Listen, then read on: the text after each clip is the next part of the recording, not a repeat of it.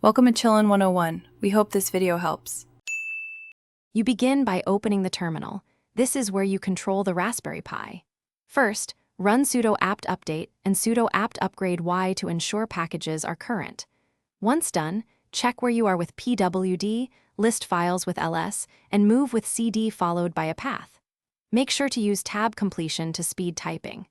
These initial commands establish a safe, updated environment so subsequent steps work reliably.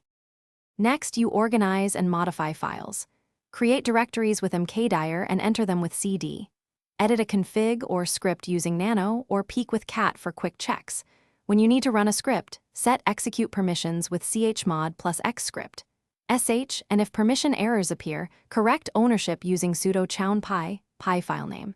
Make sure to test small changes and run scripts with /script sh so you see immediate results and can roll back easily if needed.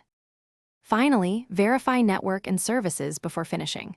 Find your IP with hostname I and test connectivity using ping 8. Start or inspect services via sudo systemctl start name and sudo systemctl status name to confirm they run. Once done, use tailf/var/log/syslog or specific logs to watch events in real time. If something breaks, the key troubleshooting.